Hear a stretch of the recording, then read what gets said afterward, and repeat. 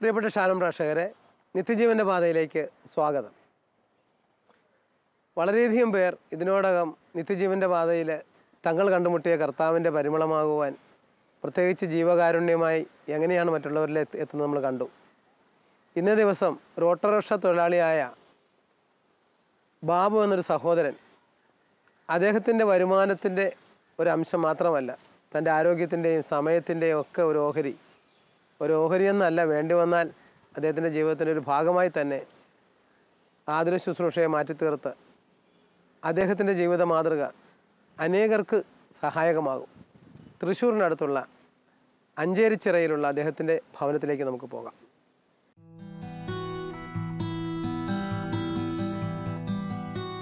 തിരുവചനം ഹൃദയവയലിൽ ഉണർത്തുപാട്ടായപ്പോൾ കാരുണ്യത്തിൻ്റെ സുന്ദരമായ മാതൃകകളായവരെ പരിചയപ്പെട്ടുള്ള നമ്മുടെ ഈ യാത്ര ഇന്ന് ചെല്ലുന്നത് തൃശ്ശൂർ ജില്ലയിലെ അഞ്ചേരിച്ചിറയിലുള്ള ഓട്ടോറിക്ഷ തൊഴിലാളിയായ ബാബു എന്ന വ്യക്തിയുടെ ജീവിതത്തിലേക്കാണ്. തൻ്റെ ചുറ്റുമുള്ള അനേകം പാവപ്പെട്ട കുടുംബങ്ങൾക്ക് വിശപ്പകറ്റുവാൻ അരിയും പച്ചക്കറിയും ഭക്ഷണ സാധനങ്ങളും അടങ്ങുന്ന ഒരു കിറ്റ് എത്തിച്ചു നൽകുന്നത് വഴി ഇദ്ദേഹം അനേക നാളായി ഈ പ്രദേശത്തെ സുവിശേഷത്തിൻ്റെ വയലേലയാക്കി മാറ്റിയിരിക്കുന്നു. തൻ്റെ ചുറ്റുമുള്ള അശരണരും ആലംബഹീനരുമായ വ്യക്തികൾക്കും കുടുംബങ്ങൾക്കും ഒരു നല്ല സമറായനായി പ്രവർത്തിക്കുന്ന ഇദ്ദേഹം ശാന്തി സമാജം എന്ന സ്നേഹക്കൂട്ടായ്മയുടെ മുൻനിര പ്രവർത്തകനുമാണ്. ദൈവസ്നേഹം കാരുണ്യമായി പ്രഘോഷിക്കുന്ന ഈ വ്യക്തിയുടെയും കുടുംബത്തിൻ്റെയും അനുഭവങ്ങൾ നമുക്ക് കേൾക്കാം. നിത്യജീവൻ്റെ പാതയിൽ നമ്മൾ വളരെയധികം പേര് ഇതുവരെ കടന്നുപോയി. പലരുടെയും വ്യക്തിജീവിതങ്ങളെ ഈശോ സ്പർശിക്കുകയും കർത്താവ് പലരിലും പല രീതിയിൽ മഹത്വപ്പെടുന്നതൊക്കെ നമ്മൾ കണ്ടു. ഈ ആഴ്ചയിലെ ഇടയൻ ബാബു എന്നറിയപ്പെടുന്ന താങ്കളുടെ ജീവിതത്തിലെ കർത്താവിൻ്റെ ഇടപെടലും കർത്താവ് എങ്ങനെയാണ് ജീവകാരുണ്യമായിട്ട് മറ്റുള്ളവരിലെത്തുന്നതെന്നുള്ളതാണ് നമ്മൾ പങ്കുവയ്ക്കാൻ പോകുന്നത്. ഷാലോം പ്രേക്ഷകർക്ക് തീർച്ചയായിട്ടും ഇദ്ദേഹത്തെ പ്രതീക്ഷിച്ചിരിക്കുക. ഷാലോം ടിവിയുടെ പേരിലും പ്രേക്ഷകരുടെ പേരിലും സ്വാഗതം. ബാബു ഈ പ്രകാരം ഒരു ജീവിതത്തിലേക്ക് വരുന്നതിന് മുമ്പ് അല്ലെങ്കിൽ ഇതിലേക്ക് വരുവാനായിട്ട് സഹായകമായ കാര്യം എന്താണെന്ന് പറയാമോ? ഞങ്ങളുടെ കുടുംബമായിട്ട് ആദ്യം നന്നായിട്ട് പ്രാർത്ഥിച്ചിരുന്നു. കൂടുതലും അപ്പൻ്റെ മാനസാന്തരത്തിനായിരുന്നു. അപ്പന് ഭയങ്കര അരിശം ദേഷ്യം കൂടുതലുള്ള ആളാണ്. ആദ്യം നന്നായിട്ട് മദ്യം കഴിക്കും, പ്രായമായി, ജോലി ഏതാണ്ട് നിർത്തി. സൂപ്പർവൈസറായിരുന്നു സെൻറ്റ് ജോസഫ് സ്റ്റുഡിയോയിലത്തെ. അങ്ങനെ ആൾ വരുമ്പോഴേ ഞങ്ങൾക്ക് പേടിയായിരുന്നു. ജോലി കഴിഞ്ഞ് വരുമ്പോൾ ആൾക്കൊരു മാനസാന്തരത്തിന് വേണ്ടി ഞങ്ങൾ വളരെയധികം ബുദ്ധിമുട്ടി. അങ്ങനെ സിസി ഭവൻ പുത്തിമേലിക്കരയിലത്തെ 2 ബ്രദർമാർ വന്നിട്ട് പറഞ്ഞു, നിങ്ങൾ കുടുംബമായിട്ട് ധ്യാനം കൂടണമെന്ന് പറഞ്ഞു സിസി ഭവനിൽ. അങ്ങനെ ആ ബ്രദർമാർ പറഞ്ഞതനുസരിച്ച് ഞാനും എൻ്റെ കുടുംബം, അപ്പനമ്മയും എൻ്റെ ഭാര്യയും മക്കളായിട്ട് ഞങ്ങൾ ഒരുമിച്ച് ധ്യാനത്തിന് പോയി. അവിടെ നിന്ന് കിട്ടിയ ആ വചനത്തിൽ നിന്ന് എൻ്റെ അപ്പന് വലിയ മാനസാന്തരം ഉണ്ടായി. കുറേ കാലമായിട്ട് കുമ്പസാരിച്ചിട്ട് പള്ളിയിൽ പോകാറൊന്നുമില്ല. പള്ളിയിൽ പോയി കുമ്പസാരിച്ചു. പിന്നെ അപ്പൻ പള്ളി നേറ്റ് പോരാത്തൊരവസ്ഥയായി. മരണം അപ്പന് വലിയ മാനസാന്തരം കിട്ടി, നല്ലൊരു മരണം അപ്പന് കിട്ടി. അതായിരുന്നു ഞങ്ങൾ വലിയ പ്രതീക്ഷ. അതിനു വേണ്ടിയിട്ട് പ്രാർത്ഥിച്ചിരുന്നതും. അപ്പൻ ആദ്യം തന്നെ കുർബാന കൊടുക്കുമ്പോൾ ആദ്യത്തെ ആൾ അപ്പനായി മാറി, ഈശോനെ സ്വീകരിക്കുന്ന ആൾ. അങ്ങനെ അപ്പന് വലിയൊരു മാറ്റം വന്നു. അങ്ങനെ പിന്നെ മദ്യം കഴിക്കലോ തെറി പറയിലോ ബീഡി വലിക്കലോ ഒന്നുമില്ല. അപ്പം വൈകുന്നേരമായി അപ്പം നമ്മുടെ വീട്ടിലത്തെ തിരുകുടുംബത്തിൻ്റെ അടുത്തൊന്നും എഴുതിരിക്ക് എത്തിച്ച് ഞങ്ങളെല്ലാവരും പ്രാർത്ഥിക്കുമ്പോൾ ഞങ്ങൾ ഒരുമിച്ച് പ്രാർത്ഥിക്കും. അങ്ങനൊരു നല്ലൊരു മാതൃകയിലേക്ക് അപ്പൻ വന്നു. അമ്മ ആദ്യമേ മുതൽ ഭക്തിയുള്ള ആളായിരുന്നു. അങ്ങനെയാണ് അതിലേക്ക് വന്നത്. കുടുംബത്തിൽ ആരൊക്കെ ഉണ്ടെന്ന് പരിചയപ്പെടുത്തിയേക്കാം. കുടുംബത്തെ ഞാനും ഭാര്യയും 3 മക്കളുണ്ട്. ഇപ്പോൾ ക്രിസ്റ്റ +1 പഠിക്കുന്നു, 9ാം ക്ലാസ്സിൽ പഠിക്കുന്നു. ക്ലീറ്റസ് 7ാം ക്ലാസ്സിൽ പഠിക്കുന്നു. ഇങ്ങനെയുള്ള ജീവകാരുണ്യ പ്രവർത്തനങ്ങളിലേക്ക് പോകുന്നതിന് തൊട്ട് മുമ്പുള്ള നവീകരണ ജീവിതം എന്ന് പറയാമോ? ധ്യാനം കൂടി വന്നതിന് ശേഷം ഞങ്ങൾക്ക് വീട്ടിൽ മൊത്തത്തിൽ ഒരു വ്യത്യാസം ഉണ്ടായില്ലോ. പിന്നെ അവിടെ ധ്യാനത്തിൽ പറയുകയുണ്ടായി, സ്വർഗം ലഭിക്കാനൊരു എളുപ്പവഴിയും കൂടിയാണ് ദാനധർമ്മം എന്നുള്ളത്. അങ്ങനെ പിന്നെ പലയിടത്തും ഈ ദാനധർമ്മത്തെ പറ്റി കൂടുതൽ ഓരോ സ്ഥലത്ത് ഇങ്ങനെ പറയുന്നുണ്ട്. ജ്വലിക്കുന്ന അഗ്നി ശമിപ്പിക്കുന്നത് പോലെ പാപത്തിന് പരിഹാരമാണെന്ന് പറയുന്നുണ്ട്. അങ്ങനെ പലയിടത്തും വചനത്തെ പറ്റി ദാനധർമ്മത്തെ പറ്റി പറയുന്നുണ്ട്. ഒരു ഭാഗത്ത് പറയുന്നുണ്ട് വലതുവശത്ത് നിർത്താൻ തന്നെ ഇടം കിട്ടുമെന്ന് പറയുന്നത്. വലതുവശത്ത് നിന്നാൽ നിൽക്കാന്ന് പറഞ്ഞാൽ ദൈവത്തെ കൂടെ സ്വർഗത്തിൽ നമുക്ക് ഇടാൻ കിട്ടും. അതെ അതെ.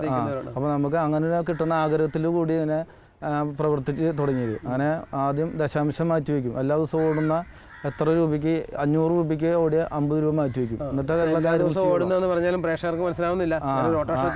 ഒരു ഓട്ടോറിക്ഷ ഡ്രൈവറും കൂടിയാണ്. അപ്പോൾ എല്ലാ ദിവസവും ഓടുന്നതിന് 10% മാറ്റി വയ്ക്കും, എഴുതി മാറ്റി വയ്ക്കും. അങ്ങനെ അതിൽ നിന്ന് സ്വരൂപിച്ചുണ്ടാക്കുന്ന കാശിൽ നിന്ന് പാവപ്പെട്ട കെടുപ്പ് രോഗികൾ വീടുകളിൽ ഒരു കിറ്റായിട്ട് കൊണ്ടുപോയി കൊടുക്കണം. കിറ്റ് എന്ന് പറഞ്ഞാൽ ഒരു ആഴ്ചയ്ക്കുള്ള അവർക്ക് അത്യാവശ്യം കഴിയാനുള്ളതൊക്കെ ഉണ്ടാവും. ഒരു 10 കിലോ അരിയും അതിനനുബന്ധിച്ചിട്ടുള്ള എല്ലാ സാധനങ്ങളും ആയിട്ട് കൊടുക്കും. ഇപ്പോൾ ഞാനിപ്പോൾ കൊടുത്തു തുടങ്ങിയിട്ട് കുറച്ച് വർഷങ്ങളായി, ഇപ്പോൾ 8 വർഷത്തോളമായി ഇപ്പോൾ ഇങ്ങനെ ചെയ്തു തുടങ്ങിയിട്ട്. അപ്പോൾ ഈ ഒരു 200 കിറ്റോളം മീതെ ഞാൻ ഇങ്ങനെ കൊടുത്തു കഴിഞ്ഞു.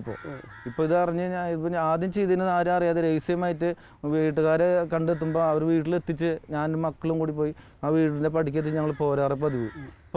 അപ്പോൾ എന്നെ എല്ലാവരും അറിഞ്ഞു തുടങ്ങി ഞാൻ അങ്ങനെ പ്രവർത്തിക്കുന്നുണ്ടെന്നുള്ളത്. പലരും എന്നെ വിളിച്ച് പറയും ഇന്ന ഒരു സ്ഥലത്ത് ഒരു കെടുപ്പ് രോഗിയിട്ട് ഉണ്ട് എന്ന് പറയും. അഡ്രസ്സ് കിട്ടിയാൽ ഞാൻ അവിടെ കൊണ്ടുപോയി കൊടുക്കും. അങ്ങനെ ഇപ്പോൾ ഞാൻ ഇപ്പോൾ തൃശ്ശൂർ, ഇപ്പോൾ ഞങ്ങളുടെ പരിസരത്ത് അഞ്ചേരി എന്ന് പറഞ്ഞാൽ 5 അഞ്ചേരിയാണ്. 5 അഞ്ചേരിയിലും എൻ്റെ കിറ്റെത്താത്ത വീടുകളില്ല. അതുപോലെ വിധവകളുടെ വീടുകളിലൊക്കെ എത്തിയിട്ടുണ്ട്. അങ്ങനെ പാവപ്പെട്ട വീടുകൾ, അതുപോലെ പെൺകുട്ടികളെ കല്യാണത്തിന് വളരെ ബുദ്ധിമുട്ടുള്ള പെൺകുട്ടികളെ അങ്ങനെ അവർക്ക് ചെറിയ സഹായങ്ങൾ മറ്റുള്ള മേഖലയിൽ നിന്നൊക്കെ വാങ്ങിച്ച് എത്തിച്ചു കൊടുക്കാൻ പറ്റാറുണ്ട്. അങ്ങനെ അതുപോലെ ആൾക്കാരെ കണ്ടെത്തും. അത് നമ്മൾ ചെന്ന് ചോദിക്കുമ്പോൾ അവർ ഓക്കെ ആയിരിക്കും. പ്രാർത്ഥിച്ചു തുടങ്ങിയിട്ട് പോയി അടുത്തൊരു സഹോദരൻ എന്നോട് പറഞ്ഞ എൻ്റെ മകൾക്ക് ഒന്നും കൊടുക്കാനില്ല, കല്യാണാലോചനയും നല്ല ആലോചനയും കാര്യങ്ങളൊക്കെ വന്നു വിട്ടു. അപ്പോൾ ഒന്നും ഒരുക്കാനില്ല. ഞാൻ പറഞ്ഞു നിങ്ങളെല്ലാം ഒരുക്കുക, അന്തിമ തീരുമാനം കർത്താവിൻ്റെ അല്ല, കർത്താവിന് വിട്ടു കൊടുക്കാൻ പറഞ്ഞു. അവർക്ക് വേണ്ടി പ്രവർത്തിച്ചപ്പോൾ അവർക്ക് ഒരു 70,000 ഉറുപ്പ്യോളം എനിക്ക് തന്നെ അവിടെ എത്തിച്ചു കൊടുക്കാൻ പറ്റി. അങ്ങനെ അതുപോലെ ഒരു ചെറിയ ചെറിയ കാര്യങ്ങൾ, ചെറിയൊരു വീടുകളിൽ ക്യാൻസർ രോഗികൾ വീട്, കെടുപ്പ് രോഗികൾ, കിഡ്നി രോഗികൾ, അങ്ങനെ വീടുകളിലൊക്കെ ഇപ്പോഴും സാമ്പത്തികമായിട്ടും അല്ലാതെ കൊണ്ടും അങ്ങനെ പ്രവർത്തിക്കുന്നു. വാസ്തവത്തിൽ ഇടയൻ ബാബു എന്ന് വിളിക്കുന്നുണ്ടല്ലോ ഇദ്ദേഹത്തെ. അങ്ങനെ പറയാനുള്ള കാരണം ഇടയൻ എന്ന ഏതെങ്കിലും അത് ഞങ്ങൾക്ക് സംഘടനയുണ്ട്, നല്ല ഇടയൻ എന്ന് പറഞ്ഞ സംഘടനയുണ്ട്. പിന്നെ നല്ല ഇടയൻ എന്നാണ് എൻ്റെ വണ്ടിയുടെ ഓട്ടോറിക്ഷയുടെ പേര്. ഞങ്ങളുടെ ഇടവകയിൽ നല്ല ഇടയൻ എന്ന് പറഞ്ഞൊരു പ്രാർത്ഥന ഗ്രൂപ്പ് ഞാൻ തുടങ്ങി വെച്ചിട്ടുണ്ടായിരുന്നു വർഷങ്ങൾക്ക് മുമ്പാട്. ഞങ്ങളുടെ ഇടയൻ സംഘമായിട്ട് ഞങ്ങൾ പല പാവപ്പെട്ട കുടുംബങ്ങളും ഈ തളർന്നു കിടക്കുന്ന കുടുംബങ്ങളിൽ ഞങ്ങൾ ഞാനാണ് കൂടുതൽ സെലക്ട് ചെയ്യുക. വീടുകൾ പോയി സെലക്ട് ചെയ്ത് അവർ വീട്ടിൽ പോയി അവർ അന്തരീക്ഷം അറിഞ്ഞു വരുമ്പോഴൊക്കെ അവരുടെ വീടൊക്കെ കുഞ്ഞ് വീടായിരിക്കും, ജീവിക്കാൻ മാർഗ്ഗമില്ലാത്ത വീട്ടുകാരിങ്ങനെ. അപ്പോൾ അവരെ എത്തിച്ച് ഞങ്ങൾ കുറി നടത്തും, അല്ലെങ്കിൽ മറ്റുള്ള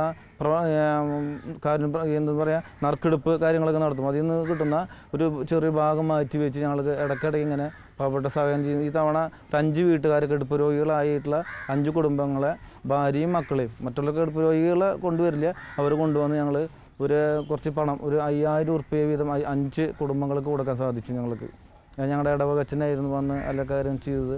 പിന്നെ അതുപോലെ ഞങ്ങൾ ഇടയ്ക്കിടയ്ക്ക് സംഘത്തിൻ്റെ ഈ സംഘടനയുടെ പേരിൽ പാവപ്പെട്ട വീട്ടിൽ അരി മാത്രമായിട്ട് എത്തിച്ചു കൊടുക്കാറുണ്ട്. അതുപോലെ കല്യാണങ്ങൾക്ക് പാവങ്ങളെ തീരെ നിവൃത്തിയില്ലാത്ത വീടുകളിൽ എപ്പോൾ ചോദിച്ചാലും ഒരു 1,000-2,000 രൂപയ്ക്ക് ഒരു മടിയില്ല എനിക്ക് തരും. അവർ സംഘത്തിലുള്ള തരും. എന്തിനാണെന്ന് വരും ചോദിക്കാറില്ല. അപ്പോൾ ഞാൻ അവരിൽ നിന്ന് വാങ്ങിച്ച് അവർ വീടുകളിലും അർഹതപ്പെട്ട വീടുകളിലേക്ക് നല്ലൊരു സംഘം തരും. അതിൻ്റെ സെക്രട്ടറിയും കൂടിയാണ് ഞാൻ. അപ്പോൾ അവിടെ നിന്ന് കിട്ടുന്ന പണം ഈ പാവപ്പെട്ട വീടുകളിലേക്ക് മരുന്ന് മേടിക്കാൻ ഇല്ലാത്ത വീടുകളിൽ പണം എത്തിച്ചു കൊടുക്കും. അങ്ങനെ ചെയ്യാറുണ്ട്. അരിയും പച്ചക്കറിയും മസാലപ്പൊടികളും പഞ്ചസാരയും ഉപ്പും എല്ലാം അടങ്ങുന്ന ഒരു വലിയ കിറ്റു തന്നെ ഇവർ അഗതികൾക്ക് പങ്കുവയ്ക്കുവാനായി ഒരുക്കുന്നു. ഭാര്യയും 3 മക്കളും ചേർന്ന് ഇവയെല്ലാം ക്രമീകരിച്ചു നൽകുന്നു. പ്രാർത്ഥിച്ച് അനുഗ്രഹിച്ചതിനു ശേഷം ഇവർ ഇതുമായി സമീപത്തെ പാവങ്ങളുടെ ഭവനങ്ങളിലേക്ക് യാത്രയാകുന്നു. തൻ്റെ മക്കളെ ഇതിൽ പങ്കുചേർക്കുക വഴി അവരിലേക്കും കാരുണ്യത്തിൻ്റെ ദീപനാളങ്ങൾ ഇദ്ദേഹം പകർന്നു നൽകുന്നു. ശരിക്കും അതൊരു പ്രാർത്ഥനാ ഗ്രൂപ്പായിട്ട് തുടങ്ങിയെങ്കിലും അതിപ്പോൾ ഒരു കാരുണ്യ ഗ്രൂപ്പ്, ഇതിൻ്റെ ഒരു പ്രാർത്ഥന ഗ്രൂപ്പ് ഇടവകയിലുണ്ട്. അപ്പോൾ അതിൽ പ്രധാന സഹകാരികളായിട്ട് എത്ര പേരുണ്ട് ഏകദേശം? ഞങ്ങളൊരു 10 പേരോളം ഉണ്ടായിരുന്നു. അപ്പോൾ അത് കുറച്ച് പേരുള്ളൂ, അതിൽ നിന്ന് കുറച്ച് പേരൊക്കെ പോയി. ഇപ്പോൾ 10 പേരുണ്ട്. എന്നാലും ഇത് ഈ ഇടയ സംഘത്തിൻ്റെ പേരിൽ കൊടുക്കാതില്ല, എനിക്ക് മറ്റുള്ളവരോ ഒരു സഹായം കിട്ടാറുണ്ട്. ഞാൻ കിറ്റ് കൊടുക്കുന്നുണ്ടല്ലോ, കിറ്റ് കൊടുക്കുന്നത് എൻ്റെ പ്രവർത്തനം അങ്ങോട്ട് ചെയ്തോളം പറഞ്ഞിട്ട് പലവരും എൻ്റെ കയ്യിൽ പൈസ കയറ്റി നീ ചെയ്യുന്ന പ്രവർത്തനത്തിന് മുടക്ക് വരാതെ ചെയ്തോളം പറഞ്ഞ് പണം തരുന്നുണ്ട്. ചിലവർ എൻ്റെ കയ്യിൽ തരാറുണ്ട്, ഒരു കാര്യസാധ്യത ഉണ്ടായി. ഇപ്പോൾ ഈ ഒരു സഹോദരി അടുത്ത് എൻ്റെ വീട് പണി കഴിയുമ്പോൾ നിനക്ക് കുറച്ച് പണം തരാമെന്ന് വിചാരിച്ചിട്ടുണ്ടായിരുന്നു. എൻ്റെ വീട് പണി കഴിഞ്ഞു, അപ്പോൾ നിനക്ക് ഞാൻ കുറച്ച് പണം നിനക്ക് തരുന്നുണ്ടെന്ന് പറഞ്ഞ് കുറച്ച് പൈസ തന്നു. അപ്പോൾ എനിക്ക് കൂടുതൽ കിറ്റുകൾ എത്തിച്ചു കൊടുക്കാൻ പറ്റി. കഴിഞ്ഞ ഈസ്റ്ററിന് എനിക്ക് കുറേ നന്മകൾ സമൂഹത്തിൽ ചെയ്യാൻ സാധിച്ചു കഴിഞ്ഞ ഒരു വർഷം. എന്ത് ചെയ്തു കഴിഞ്ഞ? ഇതേപോലെ തന്നെ കിറ്റുകൾ ഒരു 12 കുടുംബങ്ങളിൽ 12 കിറ്റുകൾ കൊടുത്തു. ഒരു 13 പേർക്ക് അരി കൊടുക്കാൻ പറ്റി. അതുപോലെ തന്നെ ഈ കഴിഞ്ഞ വർഷമായിരുന്നു ഈ 5 കുടുംബക്കാരെ വിളിച്ചു വരുത്തിയിട്ട് 5000 ഉറുപ്പ്യ കൊടുത്തു. അതുപോലെ യൂണിറ്റ് അടിസ്ഥാനത്തിലും ഒരു 5 കുടുംബങ്ങൾ, വേറൊരു 5 കുടുംബങ്ങൾ വിളിച്ചു കൊണ്ടുവന്ന് അവരും കുറേശ്ശെ പൈസ കൊടുത്തു. അങ്ങനെയൊക്കെ പ്രവർത്തിക്കാൻ സാധിക്കുന്നു. അത് ഇടവകയിൽ ഇതുപോലെ നമ്മൾ വാസ്തവത്തിൽ ഇടവക വികാരിച്ചിൻ്റെ സപ്പോർട്ട് ഉണ്ടോ? നന്നായിട്ട് അച്ഛന്മാരും മാറി മാറി വരല്ലേ. ഇതിന് മുന്നേ അച്ഛൻ്റെയും ഈ അച്ഛനും അറിയാം, എല്ലാ കാര്യങ്ങളും അറിയാം, ഞങ്ങൾ ചെയ്യുന്ന പ്രവർത്തനങ്ങളൊക്കെ അറിയാം. കഴിഞ്ഞ തവണത്തെ പ്രവർത്തനത്തിൽ അച്ഛനായിരുന്നു വന്നത്. അച്ഛൻ പ്രസംഗിക്ക് നല്ല ഇടേൻ്റെ പറ്റി മാതൃക, ഈ സംഘം മുന്നോട്ട് പോകുന്നത് പറഞ്ഞിട്ട് അച്ഛന് നല്ലൊരു സന്ദേശമൊക്കെ ഞങ്ങൾക്ക് കിട്ടി. അച്ഛനൊക്കെ അറിയാവുന്ന കാര്യങ്ങൾ തന്നെയാണ്. പിന്നെ ഈ ഇങ്ങനെയൊക്കെയുള്ളൊരു കാര്യം ചെയ്യുമ്പോഴേ ഈ വ്യക്തിക്ക് ഒരു ആധ്യാത്മികമായൊരു ശിക്ഷണം ഉണ്ടായിരിക്കണമല്ലോ. ഇദ്ദേഹത്തിന് വ്യക്തിപരമായ പ്രാർത്ഥനയോ കാരണം ഇതൊക്കെ ഞാൻ പ്രാർത്ഥിക്കാറുണ്ട്. ഞങ്ങൾ കൂടുതൽ പ്രാർത്ഥന കഴിഞ്ഞിട്ട് ഞാൻ കുടുംബമായിട്ട് ഭാര്യ മക്കളായിട്ട് പ്രാർത്ഥന കഴിഞ്ഞിട്ടൊരു പ്രാർത്ഥന അല്പനേരം സ്തുതിക്കും. എനിക്ക് നാളെ ചെയ്യാൻ പറ്റണം, എനിക്ക് നന്മ ചെയ്യാൻ സാധിക്കണേ എന്ന് പറഞ്ഞ് പ്രാർത്ഥിക്കും. അതുപോലെ കുർബാനയ്ക്ക് മുമ്പ് ഞാൻ പറയും, എനിക്ക് തിരുസഭയോടും തിരുബലിയോടും ചേർന്ന് നിൽക്കുള്ള അനുഗ്രഹവും സമൂഹത്തിൽ നന്മ ചെയ്യാനുള്ള അനുഗ്രഹം എനിക്ക് തരണമേ എന്ന് പറഞ്ഞ് ഞാൻ പ്രാർത്ഥിക്കാറുണ്ട്. അത് പ്രാർത്ഥിക്കുമ്പോഴാണ് എനിക്ക് കൂടുതൽ അങ്ങനെ സാധിക്കുന്നത്, നന്മ ചെയ്യാൻ സാധിക്കുന്നത്. നന്മ ചെയ്യാൻ വേണ്ടിയിട്ട് എൻ്റെ മക്കളെ ഞാൻ പറയാറുള്ളത്, നിങ്ങൾ മക്കളെയും കൊണ്ട് പോവുക കിറ്റ് കൊടുക്കാനായിട്ട്. മക്കളെ ഒരാൾക്ക് പൊന്തില്ല ഒരു കിറ്റ് എന്ന് പറഞ്ഞാൽ, അപ്പോൾ രണ്ടാളും കൂടി കിറ്റ് കൊണ്ടുപോയി അവിടെ വെച്ച് കൊടുക്കും. അപ്പോൾ മക്കളിത് കാണട്ടെ വെച്ചിട്ട് ഞാൻ ചെയ്യുന്നത്. മക്കൾക്കും ആദ്യമൊക്കെ അവർക്കൊക്കെ ഒരു എതിർപ്പൊക്കെ തോന്നി, ഇപ്പോൾ ആർക്കും ഒരു എതിർപ്പുമില്ല. അപ്പോൾ പറയും, പപ്പ ആദ്യം വന്നെ സ്കൂൾ വാടക ഏത് പണം കിട്ടില്ല, ആദ്യം ദശാംശം ചെപ്പ് വെച്ചിട്ടുണ്ട്, അതിലേക്ക് ഇട്ടിട്ടുണ്ട് ആദ്യം ഞാൻ കാര്യങ്ങൾ ചെയ്യുള്ളൂ. ആദ്യം തമ്പരാനുള്ളത് മാറ്റി വയ്ക്കും. മക്കളൊക്കെ ശീലിച്ചു തുടങ്ങി. അതൊക്കെ അല്ലാതും മക്കൾക്ക് ഇപ്പോൾ നന്മ ചെയ്യാന്ന് പറഞ്ഞാൽ ഇഷ്ടമാണ്. അങ്ങനെയായി. വൈഫിനും ഒരു കുഴപ്പമില്ല, സന്തോഷമാണ്. ആദ്യമൊക്കെ കുറച്ച് ബുദ്ധിമുട്ടൊക്കെ ഉണ്ടായിരുന്നു. വീട്ടിലത്തെ കാര്യത്തിൽ കൂടുതൽ ഞാൻ നോക്കണം, പുറമത്തെ കാര്യങ്ങളിലേക്കാണല്ലോ. നമുക്കിപ്പോൾ ഭാര്യയും 3 മക്കളും അവർ പഠിപ്പ് അതൊക്കെ കഴിഞ്ഞ് പോകണ്ടേ. സന്തോഷമായിട്ട് ജീവിക്കുന്നു. ഒരു പ്രതിസന്ധികളും കിട്ടുന്നുണ്ട്. ഓട്ടോ ഒക്കെ ഉണ്ട്. സ്കൂൾ വാടകയാണ് ഞാൻ മെയിനായിട്ട് ഓടണം. കൊച്ചു കുട്ടികളെ കുറച്ച് വാടകയുണ്ട്. സ്കൂൾ വാടകയിൽ നിന്ന് എൻ്റെ മെയിനായിട്ടുള്ള ദശാംശം മാറ്റി വയ്ക്കാൻ ഇപ്പോൾ സാധിക്കുന്നത്. പിള്ളേരുടെ മാതാപിതാക്കളൊക്കെ സഹകരിക്കുക നമ്മളോട്? കുറച്ച് പേരൊക്കെ ഉണ്ട്. കുറച്ച് പേരൊക്കെ ഒന്നും അറിയില്ല, വലിയ പബ്ലിസിറ്റി ഒന്നും കൊടുക്കുന്നില്ല. ഞാൻ വളരെ രഹസ്യമായിട്ട് ചെയ്തിരുന്ന. അപ്പോൾ കുറച്ച് കാലങ്ങളായിട്ട് ഒരു 3 വർഷത്തിൻ്റെ ഇപ്പുറമായിട്ട് തന്നെ അറിഞ്ഞോട്ടുള്ളൂ. ഞാൻ അങ്ങനെ ചെയ്യുന്നുണ്ടെന്ന് അറിഞ്ഞു തുടങ്ങിയിട്ടുള്ളൂ. അച്ഛനെ ഇതിന് മുന്നേ ഉണ്ടായിരുന്ന അച്ഛനെ അറിയായിരുന്നു. ഇപ്പോൾ വന്നിട്ടുള്ള അച്ഛനും അറിയാം ഞാൻ അങ്ങനെ ചെയ്യുന്നുണ്ടെന്ന് അറിയാം. കുറച്ച് സംഘടനകൾക്ക് അറിയാം.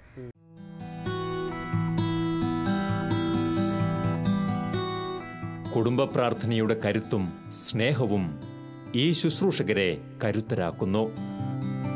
ജപമാലയേന്തിയ കരങ്ങൾ ഇവർക്ക് വലിയ ഊർജം പകരുന്നു.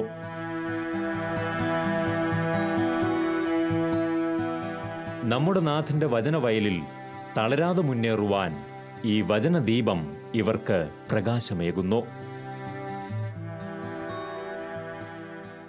ചിലരൊക്കെ ഇങ്ങനെയുള്ള ആൾക്കാർ കണ്ടെത്തി കഴിഞ്ഞാലേ ചില അവാർഡുകളോ സമ്മാനം കൊടുക്കും, പല അവാർഡുകാരൊക്കെ കൊടുക്കാറുണ്ട്.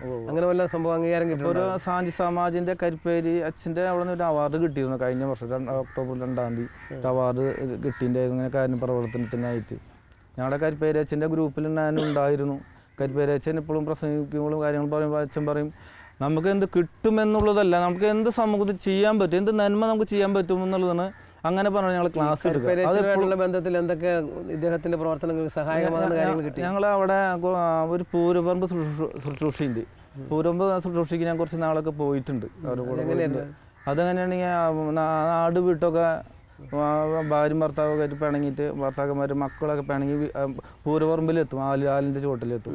അവരെ കണ്ടെത്തി അവരോട് സംസാരിച്ച് ചിലപ്പോൾ അവർ കയ്യിൽ വിഷകുപ്പി ഉണ്ടാവും, ചിലപ്പോൾ മരിക്കാൻ തയ്യാറായിട്ടായിരിക്കും വരുന്നുണ്ടാവുക. അങ്ങനെയുള്ളവരെ കണ്ടെത്തി ഞങ്ങൾ അവിടെ ഒരു ഓഫീസുണ്ട്, അവിടെ വന്നൊരു കന്യാസ്ത്രീൻ്റെ അങ്ങ് ഒരു കൗൺസിലിംഗ് ചെയ്ത് വീട്ടിലേക്ക് പോകാൻ പറ്റാത്തവരാണെങ്കിൽ അച്ഛൻ്റെ നിർദ്ദേശപ്രകാരം അവിടെ തൃശ്ശൂർ തന്നെ ജോലി വാങ്ങിച്ചു കൊടുക്കും. അങ്ങനെ അവരെ നല്ല രീതിയിലാക്കി വളരെ സൽസ്വഭാവത്തിലാക്കി അവരെ മാറ്റി ഞങ്ങൾ അവരുടെ കുടുംബത്തിലേക്ക് തന്നെ അയക്കും. അങ്ങനെയാണ്. കുറേ കാലം അവിടെ ഉണ്ടായിരുന്നു. കുറച്ച് കാലം ഉണ്ട്. ആ പരിശീലനം കുറച്ച് ഉപകാരമുണ്ട്. ബഹുമാനപ്പെട്ട വർഗീസ് കരിപ്പേരി അച്ഛൻ നേതൃത്വം നൽകുന്ന ശാന്തി സമാജമെന്ന സ്നേഹ കൂട്ടായ്മയോട് ചേർന്ന് ഇദ്ദേഹം പ്രവർത്തിക്കുന്നു. മുടങ്ങാതെയുള്ള പ്രാർത്ഥനാ കൂട്ടായ്മയും പങ്കുവയ്ക്കലുകളും ഇവർക്ക് തണലാകുന്നു. ഒരുപാട് ജീവിതങ്ങളെയും കുടുംബങ്ങളെയും നന്മയിലേക്ക് ചേർക്കുവാൻ ഈ കൂട്ടായ്മയിലെ വ്യക്തികൾക്ക് കഴിയുന്നു. ബാബു കൊടുക്കലിൻ്റെ തത്വശാസ്ത്രം ജീവിതത്തിൽ മനോഹരമായി പ്രാവർത്തികമാക്കാൻ പരിശ്രമിക്കുന്ന വ്യക്തിയാണ് തൃശ്ശൂരിനടുത്ത് അഞ്ചേരി മരിയാപുരം സ്വദേശിയായ ബാബു. നിങ്ങൾ സാന്താക്ലോസ് അപ്പാപ്പനെ കേട്ടിട്ടുണ്ടാവും. ക്രിസ്മസ് രാത്രിയിൽ സമ്മാനപ്പൊതികളുമായി കടന്നു വന്ന് ആരും അറിയാതെ കടന്നു നീങ്ങുന്ന സാന്താക്ലോസ്. ഈ കാലഘട്ടത്തിലെ സാന്താക്ലോസിൻ്റെ ജീവിതം പുനരവതരിപ്പിക്കുന്ന ഒരു വ്യക്തിയാണ് ഓട്ടോറിക്ഷ ഓടിക്കുന്ന ബാബു. ഓട്ടോറിക്ഷ ഓടിക്കുന്നതിനിടയിൽ ആ കണ്ണുകൾ പരതും പാവപ്പെട്ടവരെ, തളർന്നു കിടക്കുന്നവരെ, രോഗികളായവരെ കണ്ടെത്തുമ്പോൾ ആരും അറിയാതെ ഭക്ഷണ കിറ്റുകളുമായി ആ വീട്ടിലേക്കെത്തും. ഭക്ഷണ സാധന സാമഗ്രികൾ, അരിയും പച്ചക്കറിയും എല്ലാമായി ഒതുങ്ങുന്ന 1000-1200 രൂപ വില വരുന്ന ഒരു കിറ്റ്, അത് വീട്ടുകാരും പോലും അറിയാതെ അവിടെ വെച്ചുകൊണ്ട് നടന്നു നീങ്ങുന്ന ഓട്ടോറിക്ഷ ഡ്രൈവർ ചിലപ്പോൾ വീട്ടുകാർ കണ്ടെന്നു വരും. അപ്പോൾ ആ ഭവനത്തിലേക്ക് കയറി ചെന്ന് അവരോട് കുശലാന്വേഷണം നടത്തി ഈശോയുടെ പ്രതിരൂപമായി മാറുന്ന ബാബു. അതെ, ഇന്ന് ഈ ഭവനത്തിന് രക്ഷ കൈവന്നിരിക്കുന്നു എന്ന് സക്കേവൂസിനോട് പറഞ്ഞ ഈശോ ബാബുവിലൂടെയും ജീവിക്കുകയാണ്. വേദനിക്കുന്നവരെ സ്വന്തമാക്കാൻ, വേദനിക്കുന്നവർ ഈശോയുടെ പ്രതിരൂപങ്ങളാണെന്ന് മനസ്സിലാക്കിക്കൊണ്ട് അവരുടെ വേദനയെ കുറയ്ക്കാനായിട്ട് പരിശ്രമിക്കുന്ന ബാബു കൊടുക്കലിൻ്റെ മനോഹാരിത ലോകത്തിനെ ബോധ്യപ്പെടുത്തുകയാണ്. തൻ്റെ ജീവിതത്തിൽ കിട്ടുന്നതിൽ ഒരു പങ്ക് മറ്റുള്ളവർക്ക് ആണ് എന്നുള്ള തിരിച്ചറിവാണ് ഇതിന് പ്രേരിപ്പിക്കുന്നത്. ബാബു നമുക്ക് ഉദാരമായി കൊടുക്കാനായിട്ടുള്ള ഒരു വലിയ പ്രചോദനമാണ്. കിട്ടിയതെല്ലാം വട്ടിയിലാക്കി സ്വന്തം കാര്യം സിന്ദാബാദ് എന്ന് പറയുന്ന ഈ ലോകത്ത് ബാബു ഒരു ചോദ്യചിഹ്നമായി നമ്മുടെ മുന്നിൽ നിലകൊള്ളുന്നു. ബാബു ചെയ്യുന്ന എല്ലാ പ്രവർത്തനങ്ങൾക്കും മംഗളങ്ങൾ ആശംസിക്കുകയാണ്. ബാബു ശാന്തി സമാജിലെ അംഗമായിക്കൊണ്ട് വളരെ മനോഹരമായി ചെയ്യുന്ന എല്ലാ പ്രവർത്തനങ്ങൾക്കും ആശംസകൾ നേരുന്നു. 2007 ശാന്തി സമാജിൻ്റെ കൂട്ടായ്മ ആരംഭിക്കുന്നത് 2007 ഫാദർ വർഗീസ് കരിപ്പേരിച്ചിൻ്റെ നേതൃത്വത്തിലാണ് ഈ കൂട്ടായ്മ ആരംഭിച്ചത്. ഈ കൂട്ടായ്മയുടെ പ്രധാന ലക്ഷ്യം പൂരപ്പറമ്പ്, മാർക്കറ്റുകൾ, ബസ് സ്റ്റാൻഡുകൾ, റെയിൽവേ സ്റ്റേഷനുകളിലൊക്കെയാണ്. അവിടെയൊക്കെ നാട് വിട്ടു വരുന്നവരും അലഞ്ഞു തിരിഞ്ഞ് ജീവിതം അവസാനിപ്പിക്കുവാനായിട്ട് പൂരപ്പറമ്പിൽ കയറുന്നവരുമായിട്ടുള്ള ആളുകളെ കണ്ടെത്തി അവർക്ക് പഴവും ബ്രെഡും കൊടുത്ത് അവരുമായി സംസാരിച്ച് ശാന്തി സമാജിൽ കൊണ്ടുവന്ന് കൗൺസിലിംഗ് ചെയ്തുകൊണ്ടാണ് അവരെ ജീവിതത്തിലേക്ക് നമ്മൾ കൊണ്ടുവരുന്നത്. ഇന്ന് ഈ കൂട്ടായ്മയിലൂടെ 1000 ചില്ലാനം പേരെ പുതിയ ജീവിതത്തിലേക്ക് തിരിച്ചു വന്നിട്ടുണ്ട്. ഈ കൂട്ടായ്മയിലൂടെ കൗൺസിലിങ്ങും അതേപോലെ ഈ കൂട്ടായ്മയുടെ പ്രധാന ഭാഗമെന്ന് പറയുന്നത് തൊഴിലാളികളുടെ ഒരു അവാർഡ് സംഗമവും 2008 ഞങ്ങൾ സംഘടിപ്പിക്കുകയുണ്ടായി. ആ അവാർഡ് സംഗമത്തിലൂടെ അനേകം തൊഴിലാളികളെ ജീവിതത്തിലേക്ക് ഉയർത്തിപ്പിടിക്കുകയും അവരെ സമൂഹത്തിൽ നിന്നും അവർ കണ്ടിരുന്നതിനെ കുറിച്ച് അവരെ അവസ്ഥയെക്കുറിച്ചൊക്കെ മനസ്സിലാക്കി അവരെ പുതിയ ജീവിതത്തിലേക്ക് നയിക്കുവാനൊക്കെ സാധിച്ചിട്ടുണ്ട്. അതേപോലെ ഈ കൂട്ടായ്മയിലുള്ള പ്രത്യേകിച്ച് എല്ലാവരും പല രീതിയിൽ പ്രവർത്തിക്കുന്നവർ, പ്രത്യേകിച്ച് ബാബേട്ടനെ കുറിച്ച് പറയുകയാണെങ്കിൽ ബാബേട്ടൻ വളരെ ശാന്തമായി നിന്നുകൊണ്ട് ആരും അറിയാത്ത രൂപത്തിലൂടെയൊക്കെയാണ് ശുശ്രൂഷകൾ ചെയ്തിരുന്നത്. ഇപ്പോഴും അത് വളരെ മനോഹരമായിട്ട് പോകുന്നു. അതിനൊക്കെ ബാബേട്ടന് ഒത്തിരിയേറെ ശാന്തി സമാജിൻ്റെ പേരിൽ ഒത്തിരിയേറെ ആശംസകൾ നേരുന്നു. പിന്നെ ഈ ആദർശ ശുശ്രൂഷയ്ക്ക് പോയ ഈ കിറ്റ് കൊടുക്കാൻ പോയല്ലോ, അങ്ങനെയുള്ള ഏതെങ്കിലും വീട്ടിൽ ചെന്നപ്പോൾ വളരെയധികം നമുക്ക് അവരുടെ പരിസ്ഥിതി കണ്ട് മനസ്സിൽ വേദന തോന്നിയതോ അല്ലെങ്കിൽ എന്തെങ്കിലും ഒരു കൊടുത്തതിൻ്റെ ഒരു പ്രത്യാശ തോന്നുന്ന ഒരു സംഭവം എന്ന് പറയാമോ? ഒരുവിധം വീടുകളിലൊക്കെ വല്ല ആവശ്യതയുള്ള വീടുകളിൽ ഓർമ്മയിൽ നിൽക്കുന്ന തങ്ങി നിൽക്കുന്ന ഒരു വീട് പറയാമോ? ആ ഒരു ബിജു എന്ന് പറയുന്ന ഒരു ചെക്കുണ്ട് നടത്തറ ഭാഗത്ത്. ആ വീട്ടിൽ ചെറിയ 2 മക്കൾ, കുഞ്ഞു മക്കളാണ്. അവനാണ് ഒരു ആക്സിഡൻറ്റിൽ ഇവിടെ നമ്മൾ തളർന്ന് കിടക്കുക. അവൻ്റെ വീട്ടിൽ അവിടെ ഒരു തവണ കിറ്റായിട്ടും സാമ്പത്തികമായിട്ട് സഹായിക്കാൻ പറ്റി വളരെ ബുദ്ധിമുട്ടുള്ള ഒരു വീടാണ്. അങ്ങനെ വീടുകൾ കുറച്ചുണ്ട്. നമ്മളിങ്ങനെ ജാതിയോ മതമൊന്നും നോക്കില്ല. ഇല്ല. അപ്പോൾ ഇതോടൊപ്പം തന്നെ ഇപ്പോൾ ഈ കിറ്റ് കൊടുക്കുന്നു, നേരത്തെ പറഞ്ഞല്ലോ മറ്റ് ഈ പെരയില്ലാത്തവർക്ക് പെര പണിത് കൊടുക്കുന്നതെന്നൊക്കെ പറഞ്ഞില്ലേ, വല്ല പെര പണിയിൽ അങ്ങനെ സഹായിക്കാൻ കിട്ടാറില്ല, പൈസ കിട്ടാറില്ല. നേരത്തെ പറഞ്ഞില്ലേ ഒരു കുറച്ച് പൈസ ചില പെരയൊക്കെ ചെറുതാണെങ്കിൽ ചിലപ്പോൾ ശരിയാക്കാൻ അല്ല, ചെറിയ പെരകൾ ഈ നമ്മൾ കിടപ്പ് രോഗികളുടെ വീടുകൾ എന്ന് പറഞ്ഞാൽ കുഞ്ഞു വീടുകളാണ് അവരൊക്കെ. അപ്പോൾ അവിടെ ചെല്ലുമ്പോൾ ഒരു തവണ നമ്മൾ ഒരു കിറ്റ് കൊടുത്താലും പിന്നെ നമുക്ക് കൊടുക്കാനായിട്ട് തോന്നും അവിടെ. അപ്പോൾ ഇങ്ങനെയുള്ള പ്രവർത്തനങ്ങൾക്ക് പോയ ഇടയിലേ ചില കാര്യങ്ങൾ നമ്മുടെ ഉള്ളിൽ തട്ടിക്കിടക്കുമല്ലോ. ചില ഓർമ്മകളായിട്ട് വരികയോ അല്ലെങ്കിൽ ചിലപ്പോൾ കൂടുതൽ സന്തോഷം തോന്നുന്നതോ അതല്ലെങ്കിൽ ചിലരെക്കുറിച്ച് ഓർക്കുമ്പോൾ അവരുടെ പരിസ്ഥിതിയെക്കുറിച്ച് വിഷമം തോന്നുന്നതോ ആയ 1-2 സംഭവങ്ങൾ പങ്കുവയ്ക്കാം. ഒരു തവണ അങ്ങനെ ഞാൻ ടൗണിൽ കൂടെ ഒരു ഓട്ടത്തിന് പോയിട്ട് വരുമ്പോൾ സഹോദരൻ ഭയങ്കര ആവശ്യതയായിട്ട് നിൽക്കണ്ടായിരുന്നു. താടിയൊക്കെ മുടിയൊക്കെ വളർത്തി ഒരു പഴയ കൂറ ഷർട്ടും മുണ്ടൊക്കെ ആയിട്ട് ഞാൻ നിൽക്കുന്നിടത്ത് ഞാൻ വണ്ടി ഒതുക്കിയെടുത്ത് എൻ്റെ അടുത്തേക്ക് വന്നിട്ട് പറഞ്ഞു 20 ഉറുപ്പ്യ എനിക്ക് തരാൻ സാധിക്കുമെന്ന് ചോദിച്ചു. ഞാൻ പറഞ്ഞു നിനക്ക് എന്തിനാ 20 ചേട്ടൻ എന്തിനാ 20 ഉറുപ്പ്യാന്ന് ചോദിച്ചു. ഞാൻ എനിക്ക് ഭക്ഷണം കഴിച്ചിട്ട് 1-2 ദിവസമായി എന്ന് പറഞ്ഞു. 20 ഉറുപ്പ്യ കൊണ്ട് ചേട്ടൻ്റെ വിശപ്പ് മാറില്ലല്ലോ, ചേട്ടൻ ഒരു സൂത്രം ചെയ്യും, ഞാൻ എൻ്റെ കൂടെ വരാൻ സാധിക്കുമെന്ന് ചോദിച്ചു. ഇയാളെ കണ്ടപ്പോൾ നമുക്കൊരു ആവശ്യത തോന്നി. ചെറുപ്പക്കാരനും കൂടിയാണ്, ഏതാണ്ട് ഒരു 10-35 വയസ്സ് തോന്നുന്ന ഒരു സഹോദരനാണ്. അപ്പോൾ അവളോട് വർത്താനമൊക്കെ പറഞ്ഞത് കുറച്ച് ദൈവവചനം നാമൊക്കെ പറഞ്ഞു കഴിഞ്ഞപ്പോൾ ആൾ പറഞ്ഞു ഞാൻ വരാമെന്ന് പറഞ്ഞു. ഞാൻ എൻ്റെ വീട്ടിലേക്ക് കൊണ്ടുവന്ന വീട്ടിൽ കൊണ്ടുവന്ന് ആദ്യം തന്നെ ആളോടൊന്ന് കുളിക്കാൻ പറഞ്ഞു. ആൾക്ക് 1-2 അസുഖങ്ങളൊക്കെ ഉണ്ടായിരുന്നു. ഞാൻ തന്നെ കുളിക്കാൻ പറഞ്ഞു ആളോട്. അത് ബെസ്റ്റിട്ട് കുളിച്ച് കഴിഞ്ഞപ്പോൾ ഞാൻ കുറച്ച് പൈസ എടുത്തോട്ട് മുടിയും താടിയൊക്കെ വെട്ടി ചുള്ളനായിട്ട് വരാൻ പറഞ്ഞു. നല്ല ഷർട്ടും മുണ്ടൊക്കെ കൊടുത്തു. അങ്ങനെ മുടിയും താടിയൊക്കെ വെട്ടി വന്ന് ചുള്ള. അപ്പോൾ മുടി താടിയൊക്കെ പോയപ്പോൾ നല്ല ചുള്ള മണിയായി. അങ്ങനെ വീട്ടിലേക്ക് വന്നു. അന്ന് വ്യാഴാഴ്ച എനിക്ക് കിട്ടിയത് ആളെ. ശനിയാഴ്ച വരെ ഞായറാഴ്ച കാലത്ത് ആളൊന്ന് ഉഷാറായി. ഭക്ഷണമൊക്കെ കഴിച്ച് കാടിമുടിയൊക്കെ കെട്ടി പുതിയ ഡ്രസ്സ് കിട്ടുമ്പോൾ ആളൊന്ന് ഉഷാറായി.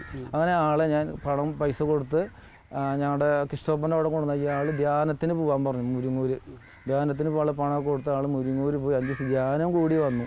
എൻ്റെ വീട്ടിലേക്ക് തന്നെ വന്നു.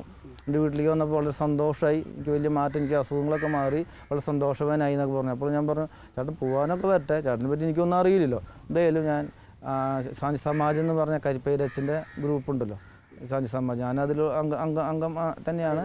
അപ്പോൾ ഞാൻ ആ കരിപ്പേരച്ഛനെ അവിടെ ചോദിച്ച് അവിടെ ബ്രദർമാരെ ദേവസി എന്ന് പറഞ്ഞിട്ട് ബ്രദറുണ്ട്, ആളെ കണ്ടെത്തി ഇയാളെ ഏൽപ്പിച്ചു. അങ്ങനെ അവർ കൂടെ ഒരു 3-4 മാസം അവർ കൂടെ ഈ സഹോദരൻ ഉണ്ടായിരുന്നു. അങ്ങനൊരു നന്മ ആൾക്ക് ചെയ്യാൻ സാധിച്ചിട്ടുണ്ട്.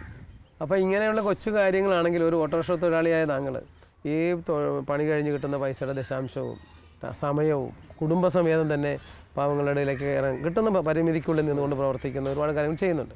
ഇത്രയും കാര്യങ്ങളൊക്കെ ചെയ്യാനായിട്ട് ഇദ്ദേഹത്തെ പ്രേരിപ്പിക്കുന്ന ഒരു പ്രേരക ശക്തി ഉണ്ടല്ലോ, എന്നെ സഹായിക്കുന്ന ഒരു പ്രേരകമാകുന്ന സംഭവം, അതൊന്ന് വിശദീകരിക്കാമോ? യേശുവിൻ്റെ 2ാം വരവിൽ യേശുവിൻ്റെ വലത് ഭാഗത്ത് നിൽക്കണം എന്നൊരാഗ്രഹമുണ്ട്. അതാണ് എൻ്റെ ഏറ്റവും വലിയ. അപ്പോൾ ഈശോ പറഞ്ഞിട്ടുണ്ടല്ലോ, ഞാൻ രോഗിയായിരുന്നു, നീ എന്നെ ഒന്ന് കണ്ട് ആശ്വസിപ്പിച്ചു, ഈ പാർപ്പിടമില്ലായിരുന്നു, എനിക്ക് പാർപ്പിടം തന്നു. അങ്ങനെ തന്നെയാണ് ഞാൻ ഇതിന് മുന്നോട്ട് ഇറങ്ങിയത്. അപ്പോൾ ആ വചനമാണ് നമ്മൾ സ്പർശിച്ചിരിക്കുന്നത്. തീർച്ചയായും വ്യക്തി ജീവിതത്തിലെ ചെറിയ അനുഭവത്തിൽ തൻ്റെ ജീവിതത്തിലും തന്നാൽ കഴിയുന്ന ഒരു മെഴുകുതിരിയായി കത്തുവാൻ ഈ അന്ധകാരവൃതമായ ലോകം എല്ലാവരും സ്വാർത്ഥതയിലും തൻകാര്യവും നോക്കി പോകുമ്പോഴേ തൻ്റെ ജീവിതത്തിൽ കിട്ടിയ വെളിച്ചം മറ്റുള്ളവർക്ക് കൊടുക്കാനായിട്ട് പ്രത്യേകിച്ച് പരിമിതമായ ഈ ഓട്ടോറിക്ഷ തൊഴിലാളികളെന്ന് പറയുമ്പോൾ തീർച്ചയായിട്ടും പലർക്കും സമയമില്ലെന്ന് പറയുന്നവരാണ്. അപ്പോൾ മറ്റു പലരും പല രീതിയിലും പോകുന്നവരാണ്. എന്നാൽ അതൊക്കെ മാറ്റിവെച്ച് ആ സമയമൊക്കെ ക്രിയാത്മകമായി നന്മ ചെയ്യാൻ മാറ്റിവെക്കുകയും കുടുംബസമേതം തനിക്ക് കിട്ടിയ പ്രേക്ഷിത ചൈതന്യം നടത്തിക്കൊണ്ടിരിക്കുന്ന ഇദ്ദേഹത്തിൻ്റെ ജീവിതം സാധാരണക്കാരായ മനുഷ്യർക്ക് ഏറെ പേർക്ക് എന്തുകൊണ്ട് ഇടയൻ ബാബുവിന് ഇങ്ങനെയാകാമെങ്കിൽ എനിക്കും ആയിക്കൂടാന്നൊരു ചിന്ത ഇദ്ദേഹം അവരുടെ ഹൃദയത്തിൽ പോറിയിട്ടുണ്ട്. തീർച്ചയായും ആ അനുഗ്രഹങ്ങൾ ദൈവം ഇദ്ദേഹത്തിൻ്റെ കുടുംബത്തിനും അതൊരു അനുഗ്രഹമായി തീരട്ടെ. ഷാലോം ഷാലോമിനോട് ഇദ്ദേഹം കാണിച്ച സഹകരണത്തിന് ഏറെ നന്ദി. തങ്ങളുടെ ചുറ്റുമുള്ള ജീവിതങ്ങളുടെ കണ്ണുനീർ തുടയ്ക്കുവാൻ ഈ കുടുംബം ഇന്ന് തിരുമുൻപിൽ സമർപ്പണം നടത്തിയിരിക്കുന്നു. അനേകർക്ക് കാരുണ്യത്തിൻ്റെ കരം നൽകി തുണച്ചുകൊണ്ട് ഈ വ്യക്തി ഇന്ന് സഞ്ചരിക്കുന്നു. ഒരു ഓട്ടോറിക്ഷ തൊഴിലാളി എന്നതിലുപരി ദേവരാജ്യ വയലിലെ വേലക്കാരൻ എന്നറിയപ്പെടുവാൻ ഇദ്ദേഹം ആഗ്രഹിക്കുന്നു. സമൂഹത്തിൽ കാരുണ്യത്തിൻ്റെ ഉറവ വറ്റിപ്പോകുന്നില്ല എന്ന തിരിച്ചറിവ് ഇവിടെ നമുക്ക് ബോധ്യമാകുന്നു. നമ്മുടെ നാഥൻ്റെ സ്നേഹം കാരുണ്യമായി പ്രഘോഷിക്കുന്ന ജീവിതങ്ങൾ നടന്നു നീങ്ങുന്ന വഴികൾ എത്രയോ സുന്ദരമാകുന്നു. അവരുടെ പാദങ്ങൾ എത്രയോ മനോഹരമാകുന്നു. കാരണം അവയെല്ലാം പിന്തുടരുന്നത് കാൽവരിനാഥൻ്റെ നിണമണിഞ്ഞ പാദമുദ്രകളെയാകുന്നു. ശിഷ്യനായ യേശു വിളിക്കുന്നു, സാക്ഷിയായി നിന്നെ വിളിക്കുന്നു. കലപ്പയിൽ കൈവച്ചു പിന്തിരിഞ്ഞിടാതെ യേശുവിൻ സാക്ഷിയായി നീ നീങ്ങണം. ശിഷ്യനായ യേശു വിളിക്കുന്നു, സാക്ഷിയായി നിന്നെ വിളിക്കുന്നു. കലപ്പയിൽ കൈവച്ചു പിന്തിരിഞ്ഞിടാതെ യേശുവിൻ